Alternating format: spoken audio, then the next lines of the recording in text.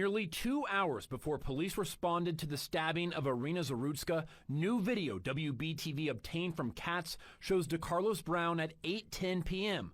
walking onto the light rail platform next to the Charlotte Transit Center.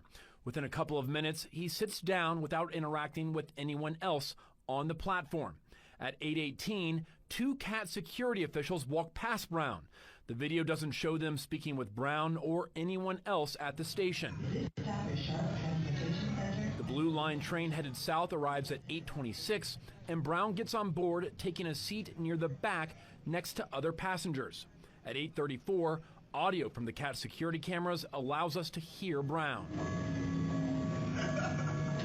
Approximately 8 different times over 20 minutes, Decarlos Brown appears to laugh out loud at nothing without interacting with anyone else.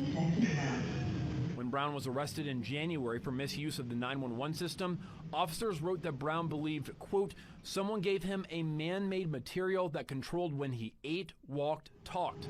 Several times throughout this new video, Brown appears to move his head and mouth in unusual ways. At 8:55, the light rail arrives at its final stop at I-485, and Brown gets off.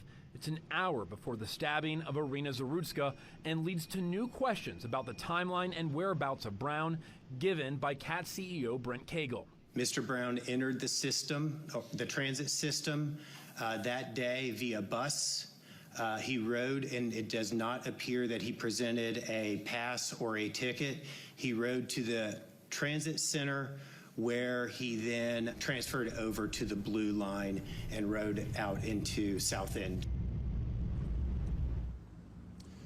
And here's what a CAT spokesperson wrote me in response to this report. Quote, as we have mentioned, Decarlos Brown had no prior contact with our safety and security team on August 22nd. He was not excluded from transit at the time and showed no signs that he needed contact from our safety and security team.